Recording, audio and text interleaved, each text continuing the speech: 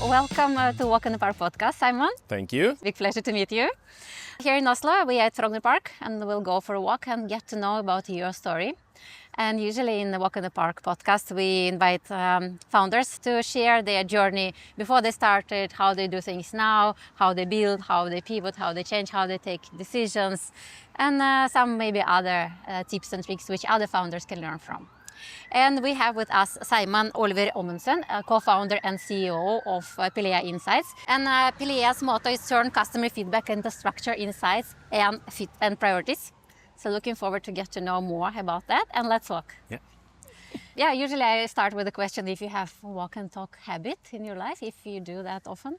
Not too often, no. But during the pandemic, I remember being out, like doing meetings on my phone, having a walk because we were inside that much. So maybe I should pick that up again.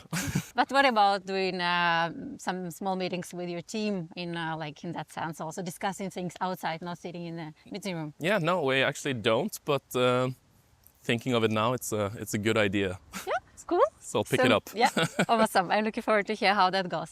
Tell us about the inspiration. So how did you get the inspiration and how did you get the idea to start the company? So I've been working for many years as a UX designer and a product manager. And I think all software companies are trying to be user-centric. They're trying to listen to their feedback. And particularly in No Isolation, we were very, very user-centric. But still, as the product evolves, you get so much feedback in so many different channels. And I just remember feeling kind of overwhelmed trying to stay on top of everything.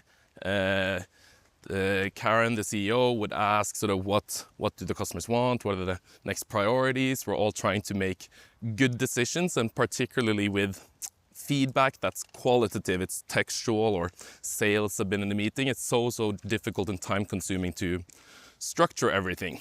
So very much like a pain that I've experienced myself. And suddenly had the opportunity and found Espen, who was foolish enough to join me on this venture. So then I figured it was go time, and let's try. Looking forward to follow more on that and how you guys started together with Espen, but also back to No Isolation. So you've been there, one of the early employees, right? And been there for more than 6 years. And also you went through different roles. So from UX designer to CDO to head of innovation, right? Yeah. So how was that journey? How was this transition between roles, and what was the main learning from that period?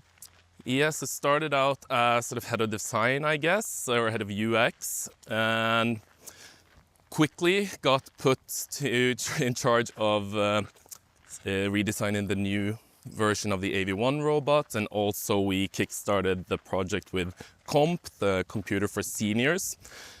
So that was absolutely a big journey.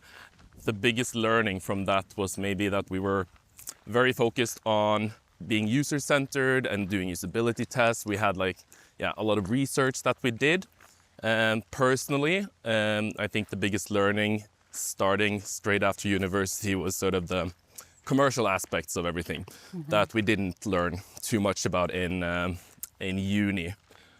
But then also moved on to become CTO, which was, I guess, mostly a result of things going a bit up and down in No Isolation at different stages. We needed to do some downsizing and reorganizing, and then it sort of fell to me to become CTO. How was that period? That was quite challenging, I have to say. Not a role that I was particularly comfortable in. Obviously, I had a background in informatics, but quite different to lead design processes and doing usability testing, wireframing, prototyping, to sort of managing the technical teams. We were also doing information security certifications that I was suddenly in charge of. So it was a very different experience, but now it's sort of good to have that experience. So ended up as head of innovation, which was because I resigned as a position of CTO. Okay. Didn't want to do that anymore. And No Isolation was founded on the idea that we were supposed to create products for different target groups, So I was then put in charge of a small team who were supposed to do sort of concept testing for new target groups that we could address. Was that fun? That was very fun. So very much, the kind of work that I like to do, sort of innovation, problem discovery, solution design. So tell us about that. How did you meet Espen and how did you know he will be a good co-founder? So we had a couple of coffee chats. So I actually started when I was thinking about founding Pilea. I called Karen and got her on board as board chair. And Espen and I, we've studied together at uni, though we haven't known each other that well. So it's actually Karen who tipped me about him. He is one of her best friends, her husband's best man. So figured that's a very good sign. And then we had a couple of coffee chats and figured this is a good match. He also has a master's in machine learning, which is relevant, even though AI is changing so rapidly now that I don't think any degrees from that time are super relevant in that sense. But we get along well. It's a good vibe. So since you mentioned Karen, and I had she was on my podcast as well, and we had an amazing talk, and she's a very big fan of this being in love with the problem, not with the idea, which sometimes is a big, kind of not a mistake, but many founders get really in love into that. So I could see for me, since you work together, you're probably good friends, and she's a big supporter of Pilea, that you have a similar mindset. Yeah. So tell us about that, and also what is the big problem Pilea is working on? Yeah, so absolutely something that I can relate to. I think the big problem that we are trying to solve is sort of a soft touch. What I want to create is a sense of clarity and confidence into product development. I feel even when I worked as a UX designer, I've been out doing user testing, talking to customers and users, so I have a sense of what problems we are addressing. Then sales are out doing their pitches, they have a different opinion. And product development is inherently risky, but I feel like there is some sort of truth somewhere if we're able to look at the problem from the same perspective. So I think that's sort of a bit what we're trying to achieve, that you can actually align teams on what the issues we're actually solving are, which I think will make both the mood between teams and inside these product organizations better, but it'll also make us able to build faster and with more confidence. So, and the right direction as well. And the right direction. Aligned, as you mentioned. Trying to build the right thing. Yeah.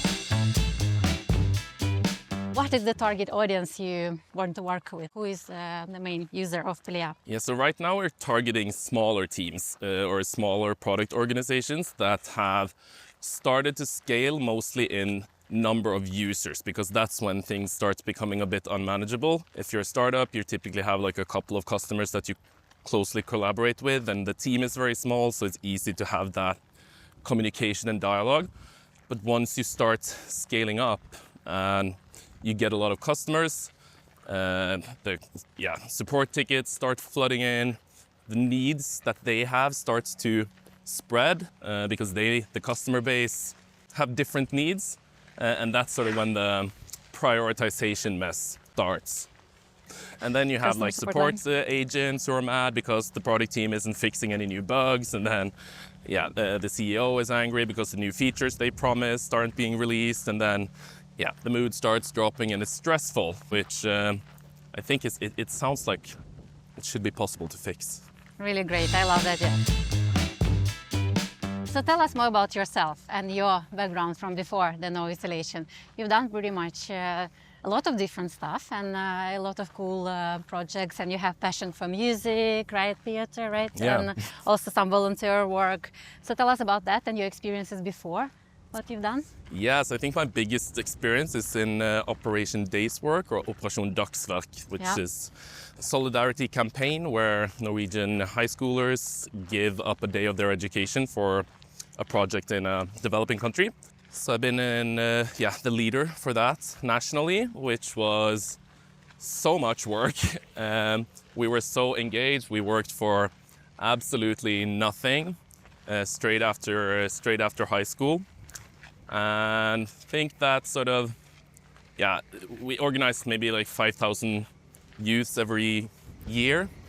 So you get a huge network of very resourceful people who still to this day I hang around with. I think it's been very defining of my work ethic and moral. Also just fun, and been in theater, which was super great for like stage presence and not being scared shitless when you're on a pitch and that kind of stuff. You're going to do that a lot, I suppose. Yeah. And what is the main learning from that period, working with these big, meaningful goals? I think it's both how important it is to collaborate and have like a good team around you, that you can do quite a lot. And even though we didn't get paid anything, we didn't have any money to do anything. It's not like the corporate world. We were able to do a lot. So I think it's opened my eyes to how much is actually possible if you just work really hard and with a good team. Yeah. Following up on that, working without money, you guys been now bootstrapping for 1 year. Yeah. As again, Karen posted some days ago, using all your savings and not getting any, reducing your consumption. So this is a good exercise, but also a very tough one. Yeah. So how are you doing? Well, now we luckily have a little bit of salary. But yeah, that was definitely scary. So it saved up money, and you sort of assume that, we'll just, I think previously, it was much easier to have just like a pitch deck, a very rough sketch of what you wanted to do, and then people would just throw money at you, maybe 5-10 years ago. But now it's a bit more challenging. They want to see a lot of numbers, what are their sales numbers, sort of seeing all these arrows pointing up. Even if you apply for Innovation Norway, you need to have built. So I think that took maybe a little longer than we expected. So when we finally got a pre-seed round closed now, it was sort of... Congratulations, by the way. Yeah, thank you. Good names. Yeah, if this doesn't close, then we'll have to sort of see what we do. It was very much at the last minute. So a bit stressful, but also exciting. Now in hindsight, when it closed, it's a good learning exercise. Did you learn anything new about yourself when you went through this year, in terms of both personally but also as a leader? Yeah, I think, I've never in my life been as stressed. I didn't know that I had these, it's been very much an emotional roller coaster. So I can have a demo with a potential customer and feel just we're just ticking all the boxes, exactly what their problem has. And then you have another demo with someone where we were maybe not the right fit company-wise or whatever. And it just energy go down. Straight down the basement. So even within a day, I've been euphoric and then borderline depressed. And I did not know that I had that big of a range of emotions in me. Yeah, showing that things have been quite stable up until now. And also, Espen is a champ for managing my stressful periods when I'm frantic, nothing works, everything sucks, and he's it's fine. So yeah, I don't think I've ever been this stressed. That's what many other founders say in the podcast. I don't think it would be possible if I would do that alone. Never do that alone. No. Find people around you, the right team and the right supporters, but also co-founder. When one is down, the other one helps to pick up, right? So that's what you're describing. Absolutely. So tell us about your dynamics, how your co-founder dynamic works and how you guys structured that from the beginning when you were okay, this guy looks like okay, let's work together. Have you started to structure that from day one, or you were like both doing everything? Yeah, no, he's a developer. So in terms of sort of like roles and what we do, he's in charge of software, obviously with Anders, our third co-founder, who joined a bit later. I do everything else, so product and marketing, all this kind of stuff that I'm excited to get some more help with now. But I think it's mostly just in our nature. Like I'm very much this extroverted person, likes having people around, like fast moving pace, being out and about. He's a much more chill dude. Yeah, he doesn't get that stressed, which I think is a very good thing, that he can sort of like balance me out a bit, but then I can also increase his stress level a little bit. It's good to be a little bit stressed. Yeah, I see what you mean. Yeah, that sounds like a great collaboration. Yeah. You guys really fulfill each other. Since you've been through this first year, and as we just mentioned, bootstrapping, a lot of ups and downs, roller coaster, learned a lot about yourself. I heard that from many other founders on that podcast as well, that the first year is often the most difficult, and often in terms of also dialogues with yourself. Am I able to do that? Am I the good person? Should I still keep doing that or not? So have you been also having that questions with you, and how did you work with them? Yeah, so yeah, sort of as I mentioned with the ups and downs, obviously you have doubts, like are we going to make this? Like how big is it going to be? How big does it need to be? Like all these things, but I honestly feel like we're actually going into our most difficult year, because we were bootstrapping, right? So we didn't have a lot of investment money that we were sort of needed to prove. I think once you have investments, you're sort of kept accountable for how you spend that money, and then you need to achieve the targets that you set when you pitched for these investors. And so at that time, we were just focusing on building something that works, that we could sort of get the traction. Yeah. So now I feel it's very much, now we have like a year's runway, and now it's sort of like make it or break it, right? Because if we are unsuccessful, if we don't have the arrows pointing upwards by the end of this year, then we're sort of in more trouble, I would say. But you also got great supporters on board. So what is your plan how do you want to work together with those smart, incredible people who invested in your company to really make this go to this milestone? No, so I think it's the main thing is actually just having people who can actually like give us requirements and hold us accountable, right? That's someone says you need to move these very specific arrows, someone who's seen this done with other companies, who's actually helped other founders, which is why it's great to have, for instance, Startup Lab as an investor, because they are genuinely interested in our success. This is not just like obviously it's a financial thing for them, but they're genuinely interested. We also have like CTO Roundtable, who brings a lot of expertise and have a network. So I think that's super useful, just having people who can actually give us an opinion on what they think we should focus on, and then obviously it's up to us to see what we think is important or not. Of course, but also having those people on board, and as you just mentioned, both of them, and I know them personally too, having these people invested in you means they trust you, they believe into you. That probably gives a lot of energy boost to you. Yeah. That yes, those people, they trust in us, and they actually want to invest in the best. What do you feel? Now we're ready to... Yeah, it was definitely like a personal confidence boost, getting that in place and closing the round with Startup Lab and with CTO Roundtable and Inga Østby, from as a personal level, not just the company and the product. So that was definitely like giving us a lot of new energy and Going a bit back to the early days when you were a kid. Do you remember anything about, I want to build something? Were you one of those kids always sitting with Lego, or what you've done? Tell us about that. Yeah, very much that kind of kid.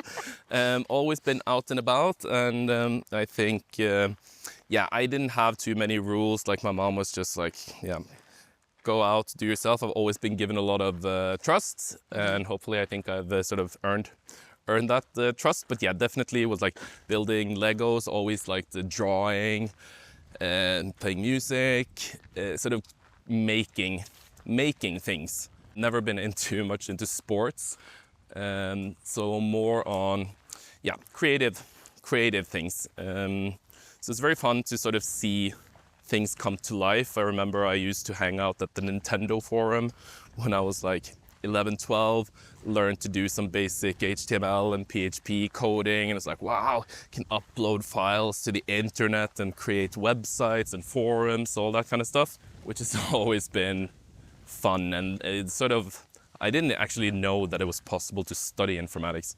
So I was like, what? I can do this for work. It never sort of occurred to me until a couple of months before the deadline went out.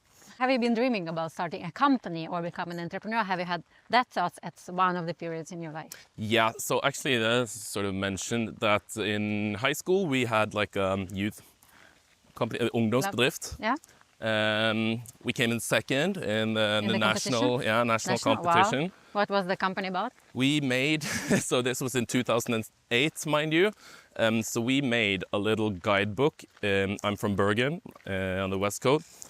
Has a lot of cool independent cafes and clothing stores that are not like the big chains like H&M and that kind of stuff.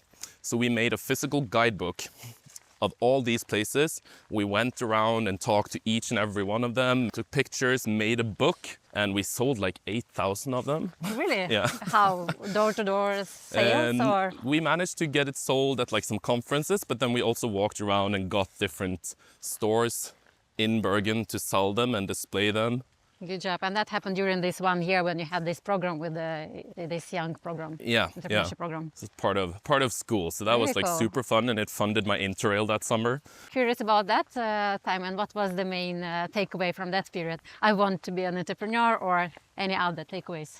It's sort of, I think it showed that it was possible. And it's like, oh, you can just like start a company and start doing things. And it was kind of eye-opening.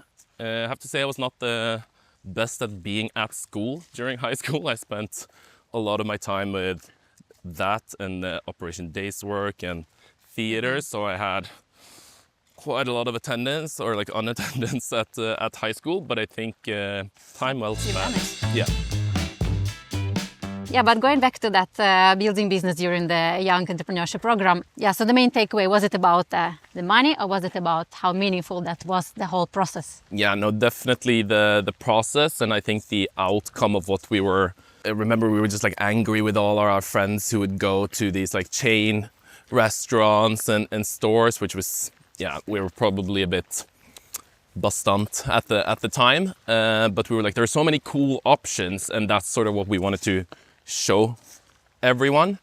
And then, yeah, just the feeling when we actually had this like book in our hands after all that hard work, seeing it sort of come together was just super fun. And then traveling around at these different events, we won in Hordaland, then going to like the national championship, we got second, was just crazy. We even went to like HSH, their like conference, and we had a pitch where we were like dissing Olav Thon, saying that we were coming for him as the new entrepreneurs, and then he was in the room, so we didn't know that. That was a bit awkward. No, it gave us a lot of confidence and showed that it was possible to. So since then you knew you will start a company one day? Yeah, maybe I actually did, yeah. And pivot is one of the topics most discussed in the startup community. And how to do that, to do or not to do. How do you know if you keep pushing or you change the direction? Do you feel through this period since you started Pilea Insights, how was that compared to day one, what you thought at that point Pilea would be and to where you now? Was there any pivot during this time? Sort of. So we've worked a bit with sort of assumptions testing, which has become quite popular in product management now. So our biggest assumption was that teams sort of struggle with discovery interviews, because it's the most time-consuming thing to sort of structure. So we actually built like a full like transcription service. You can highlight, everything is sort of built around this. But then once we started trying to sell that, we realized that wasn't like the main issue. So the different sources of feedback that customers had, we were trying to sort of stay a bit away from integrating into support tickets, all that kind of stuff. But then we quickly realized that that was sort of where the biggest pain was. So I think we made a few assumptions, we tested them and figured out that that was not the most pressing issues. But I would say like the concept is sort of ish the same. But they changed the focus. Yeah, change the focus of which area to focus on. Interesting. Talking about back to bootstrapping, was that a conscious decision to go bootstrap and not to use time on investors at that period and go build, or it just happened naturally? I think it kind of happened. So we did do a lot of sort of, did talk to a couple of VCs and angel investors, but then we quickly realized that all of them were asking for, as you mentioned. Numbers, how many customers do you have, how many this do you have, and we're like, we don't have a product at all. So then we started building, and then things just took a bit of time, and in retrospect, could we have sort of focused on that and pushed on that earlier? Like, sure, we probably could have, but I don't know if that would have benefited us much. I don't know if the product would be in a better state right now. I don't know, but so nothing I regret. Would do differently if I start up again, maybe. But then I would also be a serial founder, so then it'll probably be easier. My next question is talking about the uncertainty in the startup world, and when things get messy, get difficult, and as you mentioned, the roller coaster. How do you manage to stay connected to this why, which you had in the beginning? Why we're doing that? How do you help yourself to stay connected to this? It's not that easy. No, but I think that's sort of why I don't know. That's sort of why what I like about it in the first place. I think I would be bored to death in a big organization. I've never worked anywhere bigger than like 30 people, which I think is also a bit much.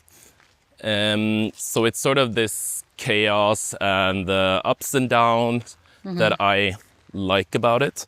Also being sort of close to the decisions, and it's inherently risky, right? So if I make a decision, like we're gonna focus on this assumption, and it turns out to be wrong, that's sort of part of the game. So I think if you're unable to stay in that, or you think that would be very stressful, then a startup would be difficult. That's sort of my favorite part about it, actually. It's just like, we don't know. You sort of have this vision of how you want it to be, but like how you were gonna get there, like I have no idea.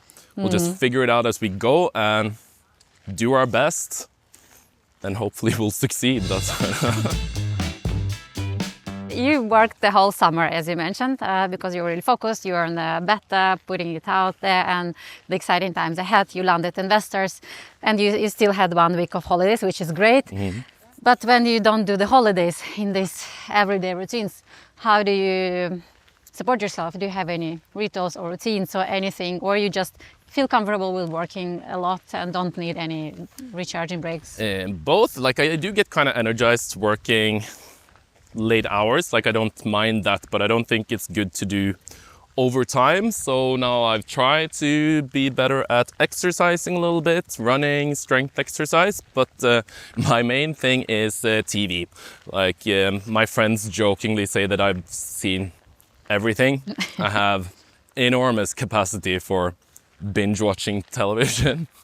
Sci-fi is anything sci-fi I will watch. I once watched the entire Battlestar Galactica in 3 weeks. Yeah, not really sure how I managed to consume that much content, but that's my... So this is one of your recharging rituals? Yeah. Then can I just shut my brain off, let someone else do the... Yeah. Just pay attention and not think too much. I ask you a little bit about what you discover about yourself since you started a company. Is there anything else, especially being the CEO is the big job, and it's about both administrative but also a lot of other things, and you're in the beginning probably doing really a lot of different stuff, even though you mentioned sales and the kind of customers is your focus. But any other discoveries about yourself, the things you maybe wish you would know earlier? I just more in terms of yeah, excited to see sort of when we grow the team, how much management it actually requires. I think I've sort of underestimated a bit, and how that is maybe not my favorite part of the part of the job, but like definitely see why it's useful and why it needs doing. So that's something I'm trying to work a bit on, even though I've had management positions before, but that's been middle management, not the top management, and like trying to balance the vision and everyone's well-being and the product and the sale. Like it's a lot, and I thought I was a bit better at it than I actually am. So definitely something that I'm actively working on. What about culture? What kind of culture you want to build at Pilea? So want us to be obviously feedback driven, but I think we need to have like an energetic want to do like a positive work culture, which sounds obvious, but like there's so much happening now within AI that we need to stay on top of, that we need to sort of we need to be yes people who like wants to try, not afraid to like fail, even though these technologies are like immature and maybe not fully developed yet. We just need to like give everything a go, because if we don't try it, we're going to fall behind so quickly these days. So we need a culture of go-getters.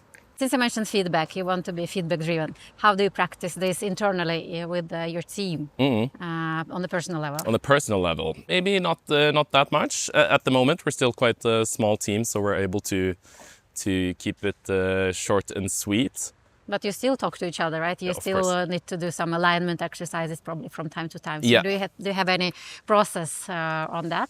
Something we're working a bit on. So we're obviously using Pilea to sort of collect all the feedback, even though it's minor or it's a big thing. We try to post everything that's product-wise though. But then we do just 2 things a week.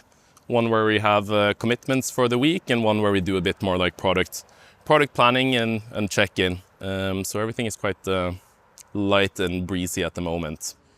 My last question for today for you is about what would you do differently if you start over again? Oh, no, it's a bit maybe like what you touched up on, having, I think we've been very product focused and not so much maybe focused on these like softer values. So perhaps be a bit clearer on, what are our expectations in terms of team collaboration, in terms of ambition, like being clearer and more aligned on sort of what are we going to achieve when, and how do we collaborate to sort of get there. Maybe be better at setting goals and following up those goals, I think would have made things at least different this first year. Now that we have the money, like it's a bit easier to be goal driven and have these objectives, because we need to sort of defend the money that we've received. So I think it's when bootstrapping, it's sort of challenging to have that clear direction. So I'm really excited to follow your journey. It will be amazing and exciting times. So thank you so much for joining. Thank you for having me.